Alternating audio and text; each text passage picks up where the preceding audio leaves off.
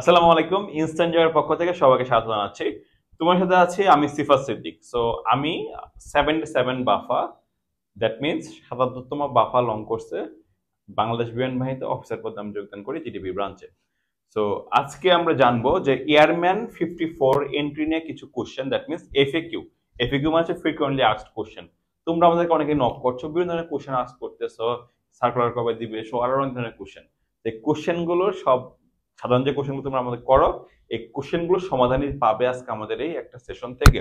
এবং তোমাদের airman related, that means হচ্ছে বাংলাদেশ বিমান সেনা রিলেটেড কোনো ধরনের প্রশ্ন থাকলে এই নাম্বারে হোয়াটসঅ্যাপ আছে, তোমরা ইনবক্স করতে পারো অথবা ডিরেক্টলি কল করতে পারো। যে কোনো ধরনের সলিউশন জানার জন্য যে কোনো সময় সারাদিন 24 ঘন্টায় আমাদের এই নাম্বার অন থাকে, তোমরা আমাদেরকে কল করে দিতে পারো বা হোয়াটসঅ্যাপে যদি কলে না পাও তাহলে একটা হোয়াটসঅ্যাপে নক করে রাখবা।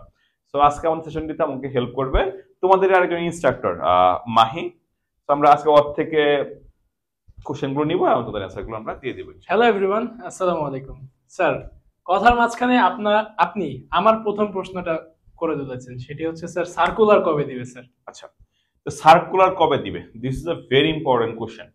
সার্কুলার কবে দিবে এই জিনিসটা নিয়ে আসলে অনেক ধরনের কোশ্চেন আছে, বা অনেক ধরনের কনফিউশন আছে। আমরা বলছি যে জুলাই শেষের দিকে দিবে, বাট সেটা দেয়নি। আসলে প্রবলেমটা হয়ে গেছে কি এইচএসসি পরীক্ষার জন্য, বিকজ এইচএসসি পরীক্ষার সাথে কোনো রিলেশন নাই এয়ারফোর্সের পরীক্ষার। বাট যেটা হয় অনেক ক্যান্ডিডেট কি করে এইচএসসি মানে এসএসসির পরে তারপর এইচএসসি পরীক্ষা শেষ করার পর তারপর দিতে যায়। কারণ কি, কারণ হচ্ছে যে এসএসসির পরে যে কলেজ থাকিয়ে থাকে অনেকে পরীক্ষা দিতে চায় না, এইচএসসি শেষ করে একদম ঠান্ডা মাথায় পরীক্ষা দিতে চায়। এই জন্য এয়ারফোর্স কি করলো, কথা ছিল 6 থেকে 8 তারিখের দিকে চাকরিটা দিয়ে দেওয়ার জন্য, বাট ওই মাইলস্টোন একটা স্ট্র্যাটেজি করলো। যার কারণে কি হয়েছে, এই স্ট্র্যাটেজির কারণে আমাদের হচ্ছে এই এক্সাম ডেটটা পিছাই দিছে। সো এইটা প্র্যাকটিক্যাল শেষ হবে 26 তারিখের দিকে, এই এর মধ্যেই দিয়ে দিবে, মানে এই মাসের মধ্যে দিয়ে দেওয়ার পসিবিলিটিটা অনেক বেশি। আচ্ছা স্যার, সার্কুলার প্রকাশ করার পর স্যার আমরা অনেকেই দেখি যে শেষের দিকে আমরা অ্যাপ্লাই করতে চাই, তো স্যার সার্কুলার প্রকাশ করার কয়দিনের ভিতরে আমাদের অ্যাপ্লাই করাটা একদম, ঠিক দিস হবে? This is a very important question. এই কোশ্চেনটা সবাই একটু মনোযোগ দিয়ে শোনো। এই কোশ্চেনটার ইস্যুসটা কি, আমরা যখন বাফার সার্কুলারটা আমাদের দিয়ে দেয় না, সার্কুলারটা দিয়ে দেওয়ার পরই আমরা যে প্রবলেমটা ফেস করি সেটা হচ্ছে অনেকে কি করে 7 দিন বা 10 দিন সময় থাকে, সময় তো আছে, শেষ দিন করবো। প্রত্যেকটা ডিস্ট্রিক্ট থেকে 700 থেকে 1000 ছেলে মেয়ে অ্যাপ্লাই করতে পারে সব ট্রেড মিলায়। সো প্রবলেম যেটা সেটা হচ্ছে ছেলেমেয়েরা ওই 3-4 দিনের মধ্যে বেশিরভাগ ছেলে মেয়ে অ্যাপ্লাই করে ফেলে। লাস্টের দিকে অ্যাপ্লাই করতে গেলে ওই সিটি ফাঁকা থাকে না। তো আমি বলবো সার্কুলার দেওয়ার 3 থেকে 4 দিনের মধ্যে অ্যাপ্লাই করে ফেলতে হবে। এবং মোর ইম্পর্টেন্ট আমি বলে রাখি, কোনো মতে 2টা ট্রেডে আবেদন করা যাবে না। 2টা ট্রেডে আবেদন করলে কিন্তু আবেদন কি করবে, ক্যান্সেল করে দিবে। সো একটা ট্রেডে যে কোনো একটা ট্রেডে আবেদন করতে স্যার, হবে। ট্রেডের কথা যখন বললেন স্যার, কোন ক্যান্ডিডেটের কোন ট্রেডে আবেদন করলে সব থেকে বেশি ভালো হয় স্যার? আচ্ছা, এইটা খুব একটা ইজি কোশ্চেন। এটা সবারই জানা উচিত যারা এয়ারফোর্সে পরীক্ষা দিব। আমরা যারা পরীক্ষা দিতে চাই বেশিরভাগই যে ভুলটা করি, আমরা যে প্রবলেমটা আমরা যে ভুলটা করি সেটা হচ্ছে আমরা একটু স্মার্টলি আগাই না। আমরা ভাবি যে এটা চাকরি, আমি কালকে চাকরিটা মানে আমি যাব পরীক্ষা দিব, আমার হয়ে যাবে, ভাগ্যে থাকলে কপালে থাকলে হয়ে যাবে। বাট আল্লাহ কিন্তু বলে দিয়েছেন যে if you want to get something you have try for that. কোনো কিছু মাগনা বা ফ্রিতে হয় না। তো তোমরা তাহলে কি করতেছো, তোমরা কি করবা যারা অ্যাপ্লাই করতে পারছো, আগের বছরের সার্কুলার একটা দেখে নিতে পারো। কিভাবে দেখে নিতে পারো, তোমরা একটা ওয়েবসাইটে ঢুকলে আগের সার্কুলার তোমরা পেয়ে যাবে, অথবা বিভিন্ন জায়গায় সার্কুলারটা মনোযোগ দিয়ে প্রথম শেষ পর্যন্ত পড়ো। পড়ার পরে যদি কোনো ধরনের কনফিউশন থাকে কোনো একটা সিনিয়র ভাইকে জিজ্ঞেস করো।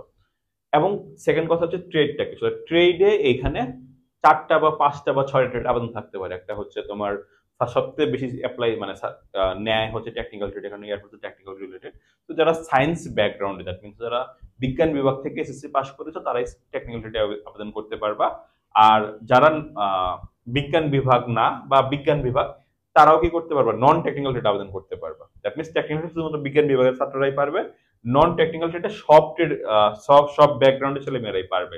তার সাথে এমটিওএফ ট্রেড আছে, খেলোয়াড় ট্রেড আছে, তারপর হচ্ছে তোমার চিকিৎসা ট্রেড আছে, এরকম অনেকগুলো ট্রেড আছে বিমান সেনা পদে। সো ওই ট্রেড এটা আবার সব থাকলে সবগুলো ট্রেড দেয়ও না। অনেকে ফোন জিজ্ঞেস করতেছো এইবার কোন কোন ট্রেড দিবে, ভাই এটা তো আমি জানি না। এয়ারফোর্সের যারা জব করতেছে এখন ওরাও এটা জানে না, বিকজ আসলে শুধুমাত্র এটা ওই যারা ডাইরেক্টরেট মানে যারা হচ্ছে তোমার এই সার্কুলার নিয়ে কাজ করে তারাই জানে।